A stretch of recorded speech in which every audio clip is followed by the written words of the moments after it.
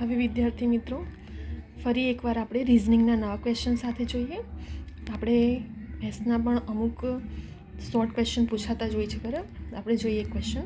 આપણને એની સંખ્યા આપી દીધી છે 5837માં 8ની સ્થાન કિંમત અને સ્થૂળ કિંમત વચ્ચેનો તફાવત શું થાય, બરાબર. તો આપણે શું કરવાનું, સ્થાન કિંમત આપણને, બરાબર, તો સ્થાન કિંમત આપણને શેની કીધી છે, 8ની. તો એકમ, દશક, સો, હજાર, બરાબર. આપણે એ રીતે ગણીએ છીએ ગણિતમાં.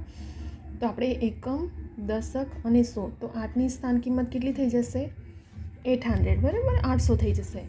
અને સ્થૂળ કિંમત એટલે જે મેન હોય તે ખાલી 8 મૂકી દેવાનું, બરાબર. તો સ્થાન કિંમત અને અંક કિંમતને માઇનસ કરી દઈશું તો આપણે શું મળી જશે, આપણને વચ્ચેનો તફાવત મળી જશે, બરાબર. આપણો આન્સર અહીં આવી ગયો છે. 0માંથી 8 માઇનસ નહીં થાય તો બરાબર. આપણે 10 લઈને તો 10માંથી 8 જાય તો 2, અહીં રહેશે 9. તો આપણે 9 બેઠા મૂકી દઈશું અને 8ની ઉપર શું આવી જશે, 7, બરાબર. તો હંમેશા યાદ રાખવાનું, આ 8 જે આપણી કિંમત આપી છે, સ્થાન કિંમતને એકમ, દશક, સો, હજાર પ્રમાણે મૂકીને તેની સ્થાન કિંમત મૂકવાની હોય છે અને એમાંથી જે સંખ્યા આપણને કીધી હોય છે તે માઇનસ કરવાનું હોય છે, બરાબર. આપણે અહીં જોવા મળી ગયો છે.